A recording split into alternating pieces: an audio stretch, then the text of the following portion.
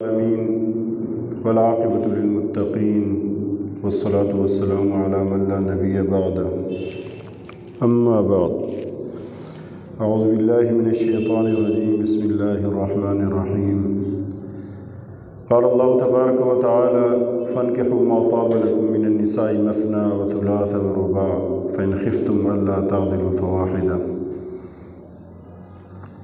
وعن عائشة قالت قال النبي صلى الله عليه وسلم إن أعظم النكاح بركة أيسره مؤنة رواه البيهقي وعن ابن عباس رضي الله قال قال النبي صلى الله عليه وسلم لم تر للمتحابين مثل النكاح وعن أبي هريرة رضي الله عنه قال قال رسول الله صلى الله عليه وسلم تنكح المرأة لأربع لمالها ولحسبها ولجمالها ولدينها فاظفر بذات الدين تربت يداك متفق علیہ او کما قال علیہ السلام۔ میرے محترم بھائیو، یہ موضوع چل رہا ہے نکاح کا۔ نکاح اللہ کا حکم ہے اور اللہ کے نبی کی مستقل سنت ہے، سنت مؤکدہ ہے۔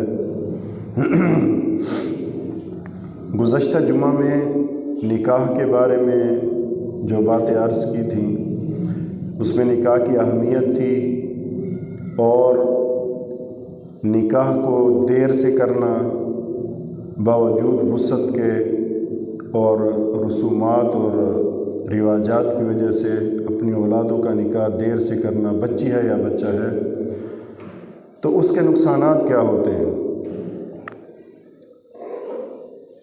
تو اب یہ بات ہے کہ سب سے پہلی جو حدیث ہے ابن عباس کی روایت ہے، ان اعظم النکاح برکۃ ایسرہ مؤنہ، کہ سب سے اعظم النکاح، یہ اس میں تفضیل کا صیغہ ہے۔ علماء سمجھتے ہیں کہ اس میں کتنی طاقت ہے۔ معنی کے لحاظ سے کیسا ہے کہ نکاحوں میں بہترین ترین، زبردست ترین نکاح، بہت زیادہ برکت والا نکاح وہ ہے کہ جس میں مشقت تھوڑی ہو، محنت تھوڑی ہو، خرچہ تھوڑا ہو۔ ابن عباس کی روایت، یہ حضرت عائشہ کی روایت ہے، ابن عباس کی روایت یہ ہے کہ لم تر للمتحابین مثل النکاح، کہ دو محبت کرنے والوں میں نکاح کی طرح کوئی بھی چیز نہیں ہے۔ یعنی نکاح کی وجہ سے جو میاں بیوی میں اللہ کی طرف سے جو محبت پیدا ہوتی ہے اور کسی چیز سے نہیں ہو سکتی۔ حضرت ابو ہریرہ کی روایت میں نے پڑھی ہے کہ تنکح المرأۃ لاربع، عورت سے 4 وجہ سے نکاح کیا جاتا ہے۔ عورتوں سے جو نکاح کیا جاتا ہے وہ 4 وجوہات ہوتی ہیں۔ لمالہا، اس کے مال کو دیکھ کر، ولحسبہا، اس کے حسب نسب کو دیکھ کر، ولجمالہا، اس کی خوبصورتی کو دیکھ کر، اور ولدینہا، اس کے دین کو دیکھ کر۔ تو حضور نے فرمایا فاظفر بذات الدین، کہ تمہاری جو ترجیح ہونی چاہیے وہ دیندار عورت کے ساتھ نکاح کی ترجیح ہونی چاہیے۔ تربت یداک، تیرے ہاتھ خاک آلود ہوں، یعنی یہ توجہ دلانی، یہ جو محاورہ ہے نا تیرے ہاتھ خاک آلود ہوں، یہ بددعا نہیں ہے بلکہ اس چیز کی اہمیت بتلانی ہے۔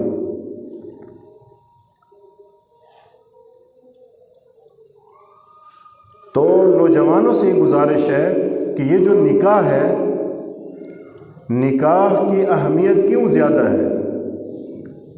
نکاح کی اہمیت اس لیے زیادہ ہے کہ سب سے پہلے تو میرے رب کا حکم ہے، میرے اللہ کا حکم ہے، بات ختم ہو گئی۔ میرے نبی کی سنت ہے، میرے نبی کی 11 بیویاں تھیں، لیکن امتی کے لیے 4 سے زیادہ کی اجازت نہیں ہے۔ بہرحال اب ہمارے ہاں دیکھا جائے جو سچی بات ہے، جو ایک حقیقت ہے، اٹل حقیقت ہے، وہ یہ ہے، پہلے بھی میں عرض کر چکا ہوں کہ دیکھا جاتا ہے کہ ہم نے شادی میں کرنا کیا ہے۔ سالوں پہلے اس کا بجٹ تیار کیا جاتا ہے، پھر اس کے رسومات کی فہرست ہوتی ہے، اس پر عمل کرنا ہے، فلاں دن کو فلاں رسم ہوگی، فلاں دن کو فلاں رواج ادا کیا جائے گا، فلاں رسم ہوگی، یہ سارا طے کیا جاتا ہے، سالوں پہلے سوچا جاتا ہے، مہینے پہلے سوچا جاتا ہے۔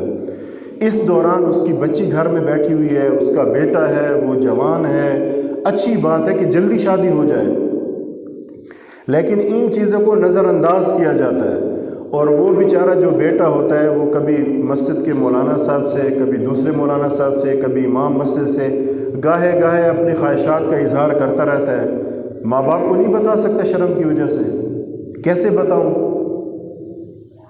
اب اس کی جو خرابی یہ ہوتی ہے کہ بے راہ روی کا شکار ہو جاتا ہے نوجوان،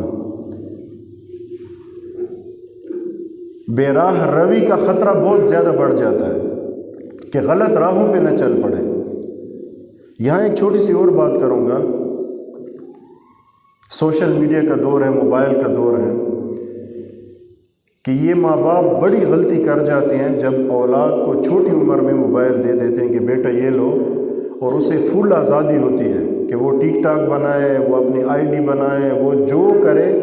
اب آپ کو پتہ ہے چھوٹی عمر میں اس نے کیا کرنا ہے، دین کا کام تو اس کی سمجھ سے باہر ہے، اب وہ فضول لغویات میں لگ جاتا ہے، پھر ہوتے ہوتے اتنی خطرناک یہ فتنہ ہے کہ اس فتنے میں پڑھتے پڑھتے وہ کہاں سے کہاں ماں باپ کے ہاتھوں سے نکل جاتا ہے، ماں باپ کو پتہ ہی نہیں ہوتا۔ پہلے جب گھر میں فون آتا تھا تو ٹیلی فون کی گھنٹی بجتی تھی، پورا گھر سنتا تھا کہ او ہو یہ کس کی گھنٹی آئی ہے۔ اب تو یہ چیز ہے ہی نہیں، گناہ تو بڑا آسان ہو گیا، کیونکہ ہم جتنا نکاح مہنگا کرتے جائیں گے، جتنا نکاح مشکل کرتے جائیں گے، زنا اتنا عام ہو جائے گا۔ اچھا چھوٹی بچیاں ہیں، بیٹیاں ہیں، جی بیٹیاں ہمیں بڑی پیاری ہیں، بہت پیار کرتے ہیں، بڑی اچھی بات ہے۔ پیار کرنے کا مطلب یہ ہے کہ بہرحال والد صاحب کا ایک روب ان کے اوپر رہے، ایک ڈر رہے۔ یہ جو ٹین ایج ہے نا، اس میں کچھ پتہ نہیں چلتا، انسان حد سے زیادہ دیوانگی میں ہوتا ہے، جوانی کا زور ہوتا ہے 20 سال تک۔ اس عمر میں اگر ماں باپ ان کو فل آزادی دے دے، کھلی آزادی دے دے کہ بیٹا یا بیٹی آپ میری آنکھوں کی ٹھنڈک ہو، میری ننھی پری ہو، میری یہ ہو، میری وہ ہو، اس بیچاری کو تو سمجھ نہیں آتی، اس کے ہاتھ میں موبائل بھی دیا ہوا ہے، پیکج بھی اس کا ہے، آگے بڑے بڑے فنڈر قسم کے بیٹھے ہوتے ہیں سوشل میڈیا پہ، تو کسی طرح جال میں پھنسا کر اس معصوم کلی کو پھر وہ نتائج نکلتے ہیں کہ بعد میں ماں باپ روتے ہیں، لیکن رونے سے کچھ نہیں ہوتا۔ یہ ایک حقیقت ہے، دل روتا ہے ہمارا، یہ دل کا درد بیان کر رہا ہوں، دل روتا ہے اندر سے جب اس قسم کے حالات دیکھتے ہیں۔ میں ایک بچوں کے ساتھ ایک پارک میں گیا ہوا تھا، تو وہاں چھوٹا بچہ تھا، کوئی 8-10 سال اس کی عمر ہوگی، تو اس کا باپ کہہ رہا تھا کہ بیٹا بہت دیر ہو گئی، اب چلتے ہیں گھر۔ تو وہ رونے لگ گیا اور ہاتھ پاؤں مارنے لگ گیا، اور باپ کو اس نے کم از کم میرے سامنے 7 یا 8 تھپڑ لگائے منہ پہ، یہاں نہیں جاتے اور نہیں جاتے، ادھر سے تھپڑ ادھر۔ وہ باپ کیا کہہ رہا ہے، نہیں بیٹا بھی۔ اب اس قدر جب آپ اس کو تربیت دیں گے، اتنا سر پہ چڑھائیں گے، تو بیٹا منہ پہ ہی مارے گا نا۔ مجھے بڑا عجیب لگا۔ اب لوگ یہ سمجھتے ہیں کہ یار یہ مولانا لوگ پھر سخت ہوتے ہیں، ایک حد میں رکھنا چاہیے اولاد کو، اولاد کے دوست بن کے بھی رہو اور اس کے باپ بن کے بھی رہو، صرف دوست نہ بنو۔ صرف اگر دوست بنے، اس چیز پہ زور ہے نا، اولاد کے دوست بن کے رہو، دوست چھوٹی عمر میں اس کے باپ بھی بن کے رہو اور دوست بھی بن کے رہو۔ اگر غلط بات پہ باپ نہیں ٹوکے گا تو محلے والا ٹوکے گا، ادھر سے تھپڑ مار رہا ہے، ادھر سے تھپڑ مار رہا ہے، سرخ اس کا چہرہ لال ہو گیا باپ کا، وہ پھر بھی کہہ رہا ہے نہیں بیٹا ایسے نہیں ہے، بیٹا یہ نہیں ہے۔ یہ کون سی بات ہے؟ ایسے ہی بیٹیوں کا ہے کہ ان کے ہاتھ میں موبائل دے دیتے ہیں، فل آزادی دے دیتے ہیں ان کو۔ بیٹی کیا کر رہی ہے، ٹک ٹاک بنا رہی ہے، کیا کر رہی ہے، کیا سے کیا، یہ باپ کو دیکھنا چاہیے۔ یہ تو باپ کی ذمہ داری ہے نگرانی کی۔ باپ جب نگرانی نہیں کرے گا تو ماں کا دل تو ویسے بھی نرم ہوتا ہے، وہ کیسے نگرانی کرے گی؟ بہرحال نوجوانوں کے لیے کیا پیغام ہے میرے نبی کا صلی اللہ علیہ وسلم، کہ جب کس عورت سے نکاح کرنا چاہیے؟ عورتوں کو دیکھا جاتا ہے 4 طریقوں سے، یا تو اس کے مال کو دیکھا جاتا ہے یا اس کے نسب کو دیکھا جاتا ہے یا اس کی خوبصورتی کو یا دین کو، نبی نے کہا کہ جو دیندار عورت ہو اسی کو ترجیح دو۔ منع دوسرے کو بھی نہیں ہے، منع نہیں ہے، لیکن ترجیح اسی دیندار کو دو۔ اور میرے نبی نے فرمایا کہ انسان جب نکاح کر لیتا ہے تو اس کا آدھا ایمان پورا ہو جاتا ہے، آدھا کام آدھا ایمان اس کا یہاں آ گیا، باقی کیونکہ شرمگاہ ہے نا، باقی جو پیٹ ہے آدھا ایمان، حرام اور ادھر ادھر، پیٹ کی حفاظت بندہ خود کرے، اس کے بارے میں اللہ سے ڈرنا چاہیے۔ اور نکاح جو محبت، اب یہاں مجھے اپنے استاد مکرم مولانا عبد الرحمن صاحب پبی والے رحمۃ اللہ علیہ نور اللہ مرقدہ رائن میں ہمیں پڑھاتے تھے، میری عمر اس وقت 18-19 سال ہوگی، ہمارے پہلا دوسرا سال تھا، تو انہوں نے ایک بات کی جو ابھی تک مجھے ذہن میں ایسے بیٹھی کہ یاد ہے۔ انہوں نے فرمایا کہ بچوں میری ایک بات یاد رکھو، تم ابھی بالکل ایسے جوان ہو کہ اس وقت کچھ عقل کام نہیں کرتی، ایک بات میری یاد رکھنا کہ حرام کی لذتوں میں نہ پڑنا، اس سے بچنا، اپنے آپ کو بچانا، حرام کی لذت سے اپنے آپ کو بچانا۔ اللہ حلال کی ایسی لذتیں دے گا کہ تمہیں اس کا اندازہ بھی نہیں ہوگا۔ حرام کی لذتوں سے بچنا۔ آج کا نوجوان کیا ہے؟ آج کے نوجوان کی، کیونکہ شادی ہم نے خود، یہی معاشرہ ہے نا جو ہم مسجد میں لوگ بیٹھے ہوئے ہیں، محلے میں لوگ ہیں، ڈیڑھ اسماعیل خان میں لوگ ہیں، مختلف قومیں ہیں، مختلف جو ہے نا قبیلے ہیں، خاندان ہیں، ہم نے خود نے یہ رواج اتنے زیادہ کر لیے کہ شادی کو ہم نے ایک ناممکن سی چیز بنا دیا۔ لڑکیوں کی طرف سے بھی چیزیں آتی ہیں، 10 تولے سونا، 15 تولے سونا، 20 تولے سونا، اتنے مرلے لکھوانا ہے، یہ کرنا ہے، ادھر سے بھی یہ ڈیمانڈ، ادھر سے بھی انہوں نے شادی بھی عظیم الشان قسم کی کرنی ہے کہ ڈیرے میں ایک مرتبہ تو نام ہو کہ بھئی کسی کی شادی ہوئی ہے۔ تو لڑکی والوں کو بھی دیکھنا چاہیے کہ سونا کہاں ہے، 1.5 لاکھ کے آس پاس اس کا ریٹ ہے، تو اب جب اتنا زیادہ مطالبہ کریں گے تو وہ کیا کریں گے؟ اب رشتہ انہیں پسند ہے لیکن ان کی ڈیمانڈ، ان کی یہ چیزیں اتنی زیادہ ہے۔ چلو جو ایک حد تک ہے وہ تو ٹھیک ہے سیفٹی کے لیے، کل کو یہ انہیں کوئی بچی کو پتہ نہیں کیا سمجھ کے وہ چھوڑ نہ دے، لیکن اس قدر زیادہ جانا تو شادی کو ہم نے مشکل بنا دیا۔ ادھر سے لڑکے والوں نے دیکھا، کبھی کبھی لڑکے والے بھی اب پتہ نہیں ہمارے ڈیرے میں اتنا رواج، وہ ایک فہرست بھیج دیتے ہیں، لڑکی یہ لے کر آئے، وہ لے کر آئے، اور ایسا فرنیچر، یہ بھی ہوتا ہے، یہ بھی حقیقت ہے۔ تو اب بتائیں شادیوں کو کس نے مشکل بنایا؟ یہ حکم نے امریکہ نے دیا ہمیں، یہ اسرائیل نے حکم دیا ہمیں اس طرح کرو، کس نے دیا ہے؟ باقی تو ہم فوراً اپنی جو غلطیاں ہوتی ہیں نا اجتماعی، وہ یا امریکہ کے سر تھوپ دیتے ہیں یا اسرائیل کے، یہ یا یہودی کی سازش ہوگی یا امریکہ کی سازش ہے، بس یہ دو تو کھڑے ہیں نا، ہمارے دشمن ہیں۔ لیکن یہ کس نے کہا؟ یہ شادی کو مشکل رواج اور رسومات، یہ امریکہ نے کہا ہمیں؟ کس دشمن نے ہمیں کہا؟ یا انڈیا نے ہمیں کہا کہ یہ ضرور کرنا، بڑا فائدہ ہوگا آپ کو؟ تو جو نکاح مشکل ہوا ہے اس کے اپوزٹ، اس کے برخلاف زنا بڑا عام ہو گیا ہے۔ زنا کے لیے مواقع بھی میسر ہو گئے اور جناب سستا بھی ہو گیا اور عام بھی ہو گیا، ہر چیز ہو گئی۔ تو جس قوم میں زنا پھیلتا ہے پھر قسم قسم کی بیماریاں اور عذاب بھی اسی رفتار سے آتے ہیں۔ تو زنا سے بچنے کے لیے نوجوانوں کے لیے، ماں باپ کے لیے، لڑکی والوں کے لیے، لڑکے والوں کے لیے ایک پیغام ہے کہ دیکھیں اللہ کے دین کو سامنے رکھیں، اس میں بڑی ہی آسانی ہے، انتہائی آسانی ہے، کوئی مشکل نہیں ہے۔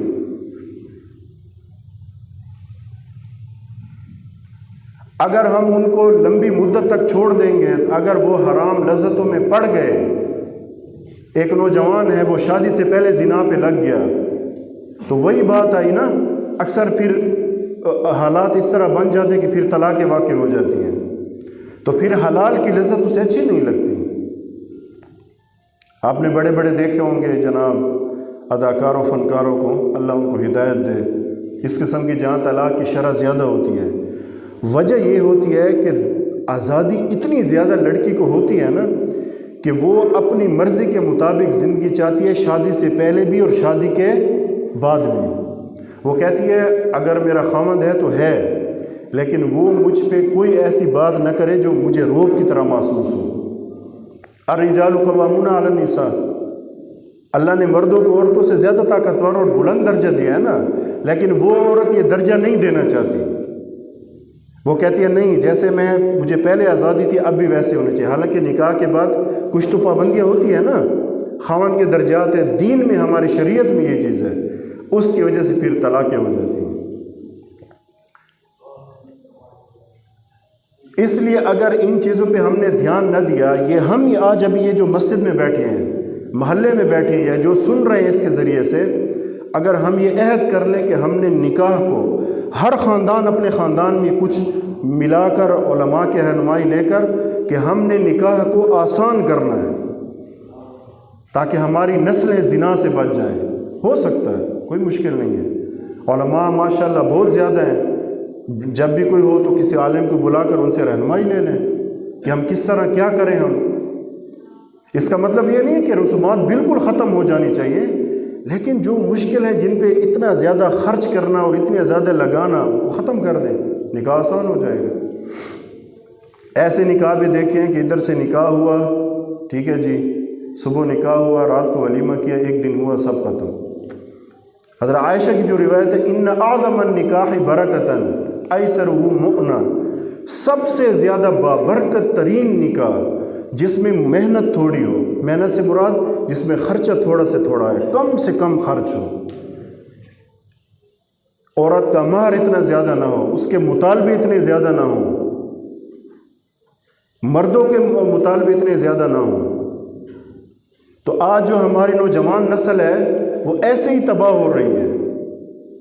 نکاحوں کو ہم نے خود مشکل بنایا، ہم پر کوئی پابندی نہیں ہے، نہ حکومت کی پابندی ہے نہ کسی اور کی پابندی ہے، یہ ہمارے اپنے گناہ ہیں اجتماعی، ہم خود اس میں ملوث ہیں، دین سے ہٹ گئے، خود ملوث ہیں اس میں۔ تو اس لیے نکاح کو آسان بنانا، نکاح کو بالکل ایسے اس طریقے سے ایسا بنائیں کہ نکاح کرنا کوئی مشکل ہی نہ رہے۔ جب اس کو مشکل بنائیں گے تو زنا تو ویسے بھی اس کے مواقع زیادہ ہیں، وہ کوئی مشکل ہی نہیں ہے۔ جب لڑکی والوں کی طرف سے، لڑکے والوں کی طرف سے ذہن دیندار ہوگا، اللہ رسول کی بات پہ اعتماد ہوگا تو آسان ہو جائے گا۔ آسانی سے مجھے ایک بات یاد آ گئی، ایک ملک میں ایک شہزادی تھی، بڑی خوبصورت، باپ کو فکر ہوئی اس کی شادی کروں۔ اسی علاقے میں ایک للو سا آدمی تھا، للوڑ سا، دیوانہ سا، تو اس نے لوگوں کو کہا کہ یار میرا دل کرتا ہے کہ میں پیغام بھیجوں شہزادی کے لیے، ٹھیک ہے، اور بازاروں میں پھرتا تھا ایسے۔ تو بھارت جب کچھ عرصہ گزرا، کچھ دن گزرے تو لوگوں نے پھر رائے مذاق، ہاں بھائی فلاں کیا ہوا آپ کا، آپ نے پیغام کیا کیا آپ نے شادی کا؟ اس نے کہا دیکھو میں آپ کو ایک بات بتاتا ہوں، آدھا کام ہو چکا ہے، آدھا باقی ہے۔ بھئی وہ کیسے آدھا کام ہو چکا ہے؟ آدھا کام اس طرح ہوا ہے نا، دیکھو میں راضی ہوں شہزادی سے نکاح کے لیے، میں راضی ہوں، آدھا کام ہو گیا۔ اب اگر وہ راضی ہوتے ہیں تو پورا کام ہو گیا، بات ہی ختم۔ کتنا آسان کر دیا۔ تو نکاح کو، یہ تو بیچ میں ایسے لطیفہ آ گیا، نکاح کو آسان تر جتنا بنائیں گے اس سے بڑی بابرکت چیز کوئی نہیں ہے۔ عام طور پہ یہ آتا ہے کہ جی کسی کا اگر بیٹا زیادہ دوستیوں میں ادھر ادھر تو کہتے ہیں اس کی شادی کر دیں۔ شادی کے بعد میں نے ابن عباس والی روایت پڑھی نا، لم ترى للمتحابین مثل النکاح، کہ دو محبت کرنے والوں نے نکاح کی طرح کوئی چیز نہیں، یعنی جتنا نکاح کی وجہ سے میاں بیوی میں محبت پیدا کس چیز سے نہیں ہوتی۔ تو جب اس کی نکاح کے ذریعے سے جب وہ بیوی سے تعلق ہو جاتا ہے تو اسی تعلق کی وجہ سے وہ ساری ذمہ داریاں سنبھال لیتا ہے۔ جب وہ ذمہ داریاں سنبھال لیتے ہیں تو دوستیاں ختم، اعتدال پہ زندگی آ جاتی ہے۔ پہلے یہ تھا کہ جناب آدھی آدھی رات کو آتا ہے، 11 12 1 بجے آتا ہے۔ اب جب اس کی شادی ہو گئی تو اللہ کے رسول کی بات ہے، ہماری اور آپ کی بات تو ہے نہیں، کہ دو نکاح والوں میں جو محبت پیدا ہوتی ہے اور کسی چیز سے نہیں ہو سکتی، تو جب اس سے محبت ہو جاتی ہے نکاح کی برکت سے تو پھر وہ ساری سرگرمیوں کو چھوڑ دیتا ہے۔ اب اس کی جو ذمہ داری آ جاتی ہے وہ ذمہ داری کو خوشی خوشی قبول کر لیتا ہے، کیونکہ جو نکاح کی وجہ سے بیوی سے جو محبت ہوتی ہے اس کا دینی فائدہ بھی ہوتا ہے، روحانی فائدہ بھی ہوتا ہے۔ زنا کرے گا چہرے کا نور ختم ہوتا جائے گا، دل اتنا ویران ہوتا جائے گا، وہ وقتی لذت ہوگی حرام کی، تھوڑی سی دیر ہوگی، چہرے کا نور گیا خصوصاً زنا سے، اور صحت بھی برباد، ایمان بھی برباد، چہرے کا نور بھی گیا، اور چہرے کی جو متاع ہے جو سب سے قیمتی ہے، اس دور کے سب سے قیمتی متاع وہ دل کا سکون ہے، سکون قلب بھی گیا، یہ متاع بھی لٹ گئی۔ تو ہم اپنے نوجوانوں کو کیسے بچائیں گے؟ کیونکہ جال تو پھیلا ہوا ہے، باطل کا جال تو خوب پھیلا ہوا ہے، اور اس میں ہر طرح سے آ کر جو ہے نا ہم شکار کے طور پر اس میں پھنس رہے ہیں۔ تو اگر ہم نکاح کو آسان کر دیں، لڑکی والوں کی طرف سے ایسا ماحول بن جائے، ایسا معاشرہ بن جائے کہ کوئی مشکل نہ رہے، نکاح زیادہ ہوتے جائیں گے، اتنی خیر و برکت آتی جائے گی، زنا کی وہ جو رفتار ہے وہ کم ہو جائے گی، اس کو ہم نے ختم کرنا ہے۔ نہیں تو جس طرح ابھی بربادی پھیلی ہوئی، اب ڈی آئی خان کو دیکھ لو کہ اتنا بڑا شہر نہیں ہے، یہاں جو پہلے شرم حیا ہوتا تھا ابھی دن بدن حالات خراب ہوتے جا رہے ہیں، بگڑتے جا رہے ہیں حالات، پھر اللہ کے عذاب بھی آ رہے ہیں ویسے۔ تو دیکھو اللہ کا جو حکم ہے اور اللہ کے نبی کا جو حکم ہے، جو ان کے ارشادات ہیں، اس پہ عمل کریں گے تو دنیا آخرت دونوں بنیں گے ہمارے۔ آسان آج کل بھی ہو رہے ہیں اگرچہ کم ہیں، اچھا جو سادگی سے نکاح کرتا ہے نا کم سے، اس کے پیچھے سارے خاندان والے پڑ جائیں گے، یہ کس قسم کا بندہ ہے، بڑا کنجوس بندہ ہے، خود تو ہم نے بلایا تھا وہاں آیا تھا اور ہمیں نہیں، یہ ساری باتیں سننی پڑیں گی۔ اللہ کے لیے یہ باتیں ہم برداشت کر لیں گے، لیکن یہ چیزیں اگر آپ اخلاص کی وجہ سے کریں گے نا، اور آپ سے جو ناراض ہو جائے گا تو اللہ بعد میں اس کے دل میں ڈال دے گا اور راضی ہو جائے گا، اگر انا پرستی اور ضد اور گناہ کی وجہ سے آپ نے ناراض نہ کیا ہو۔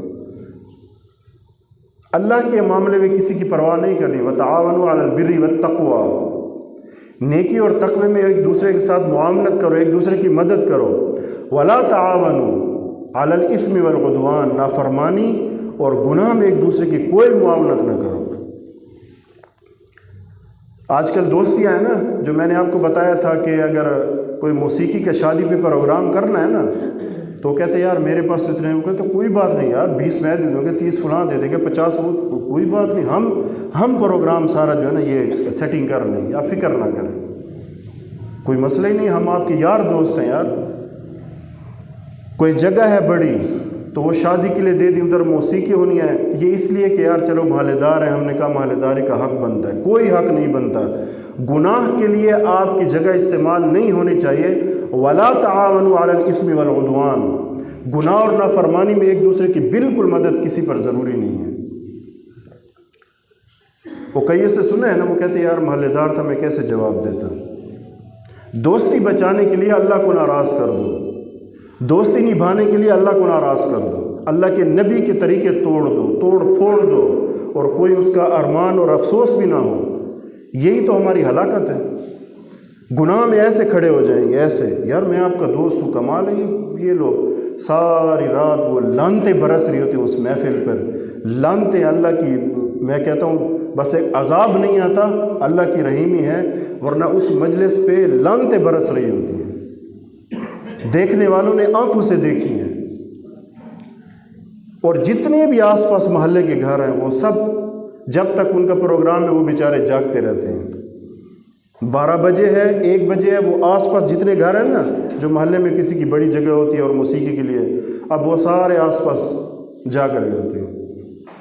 اتنی اذیت گناہ کے لیے، خوشی خوشی پیسے بھی دے دیے اور لوگوں کو بھی تکلیف دی، یہ آسان ہو گیا۔ دیکھیں میں اب ایز اے قوم، من حیث القوم، من حیث الامت ایک بات کہہ رہا ہوں کہ اب ہمارے ترجیحات کیا چیز ہیں، ہمیں گناہوں میں مزہ آتا ہے، خود بھی مزہ آتا ہے اور تعاون بھی کرتے ہیں، لیکن جہاں نیکی کی بات آ جائے، اچھائی کی بات آ جائے، موسیقی کا پروگرام ہو، کوئی میچ ہو، کوئی شادی حال میں موسیقی پروگرام، یا ویسے کسی کے گھر میں بیٹھک میں، یا کوئی میچ ہو یا کوئی اور میلہ لگا ہو، وہاں آپ سب تعداد دیکھیں کتنی تعداد ہوتی ہے،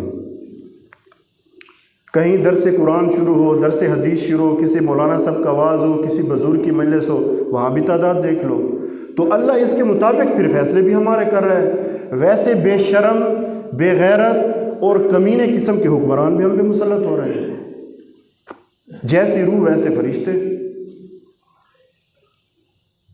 یہ تو اٹل بات ہے۔ جہاں گناہ ہوگا وہاں ہجوم ہوگا مسلمانوں کا، مکھیوں کی طرح وہاں بیٹھے ہوں گے، جیسے شہد کی مکھی اپنے اس پہ بیٹھتی ہے نا، شہد پہ، میٹھے پہ۔ لیکن جہاں اللہ رسول کی بات ہوگی، جہاں قرآن و حدیث کی بات ہوگی، وہاں پھر فوراً مسجد میں نماز پڑھ کے ایسے تیز جائیں گے کہ پیچھے کوئی خطرناک چیز لگی ہوئی ہے۔ یہ ہمارا حال ہے۔ اپنے گریبانوں کو دیکھیں، میں اپنے آپ کو دیکھوں، اللہ سے توبہ کریں جو ہم نے دین کو مذاق بنایا ہوا ہے۔ ایسا نہ ہو کہ اللہ کی ناراضگی میں مزید عذاب نہ آئے ہم پہ۔ اللہ ہم سب کو عمل کرنے کی توفیق عطا فرمائے۔ وآخر دعوانا